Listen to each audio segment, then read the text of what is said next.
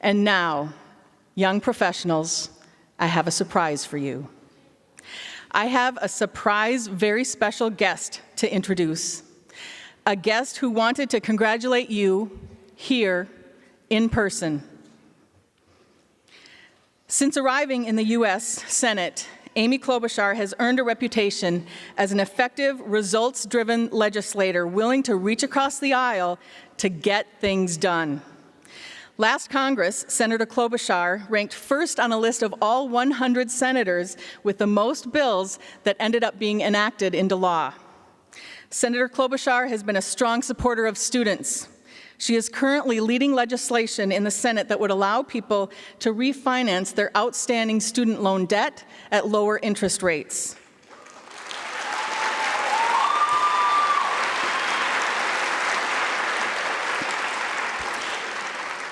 She's also fought for the restoration of year-round Pell Grants. She's been fighting to ensure that young people have the skills they need to succeed in the workforce. Sound familiar? In the Senate, she led the charge to establish and expand STEM programs across the country. Senator Klobuchar is actually currently leading a bill that provides resources to growth in apprenticeship programs. She is also a strong supporter of a bill that would provide tuition-free access to two-year community, technical, and tribal colleges. To help congratulate you, it is my true honor to introduce Senator Amy Klobuchar.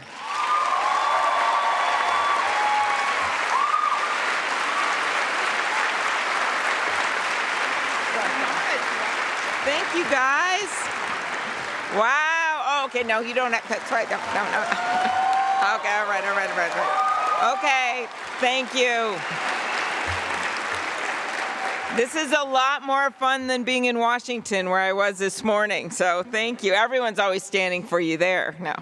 It is wonderful to be here, and thank you so much, Karen, for that kind introduction. And it's just so exciting to see all of you. I love probably every place you work at. We have such great places to work at in the Twin Cities, and we're so proud of our business community, and we're so proud of all of you. Is it true that you guys are all graduating this year from high school? All right. Yeah, so I have kind of a traumatic, whenever I speak at graduations, which I'm going to be doing a few of them, I get to do the University of Minnesota Dental School tomorrow. Jealous, whoa.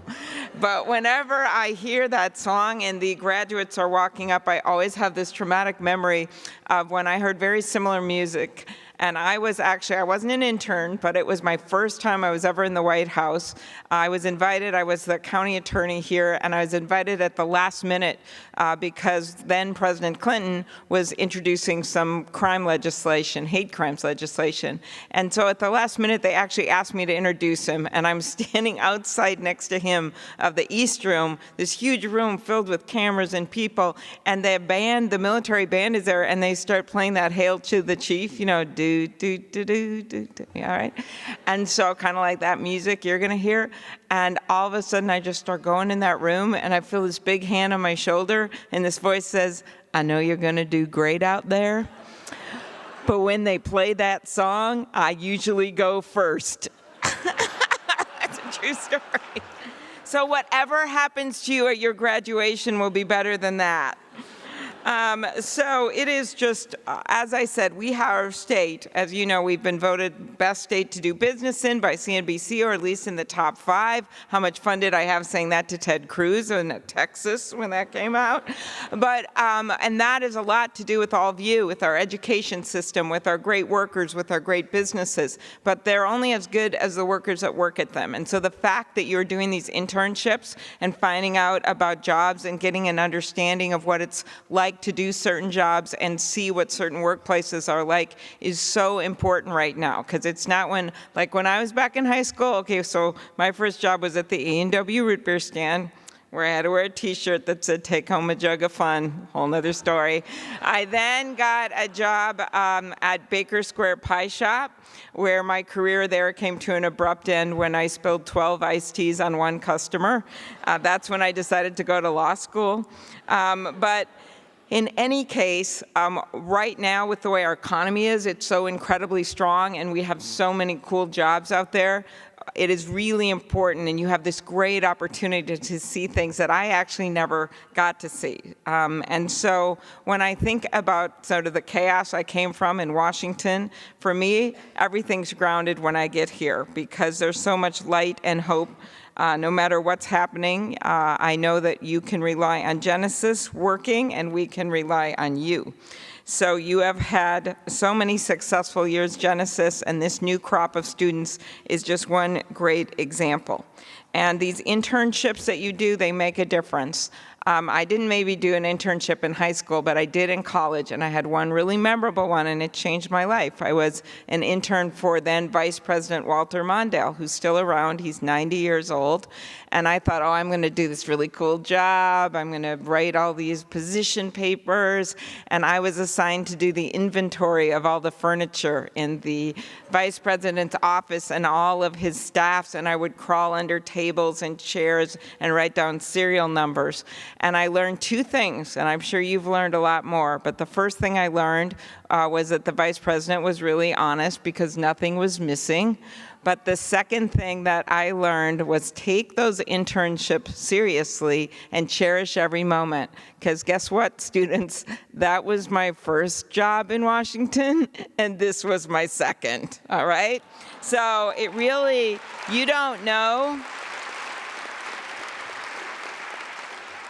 You don't know where it's all going to lead. And maybe you won't go to the place exactly where you work, but you'll go to some place like it, or you'll meet a new friend that will be your friend for life, that will help you to decide what to do with your life. These things happen when you get out there in the workplace, because you are truly tomorrow's scientists, you're tomorrow's teachers, tomorrow's engineers, maybe we hope tomorrow's U.S. senators.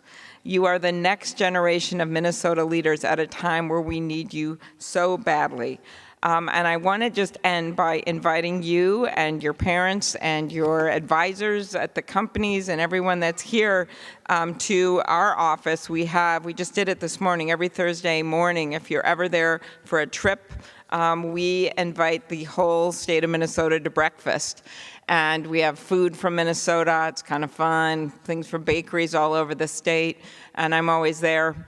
But the reason I mention it is that when you come into our office, there's a picture on the wall, and it's a picture of an angel, and she is handing off the world, a globe, to some outstretched hands. And the words on the picture read, "The angels shrugged," and she said, "If we fail this time, it will be a failure of imagination." And then she put the world in the palms of my hands. So we now, with you graduating and having this great experience, your parents, all of us, are putting that world in your hands, right?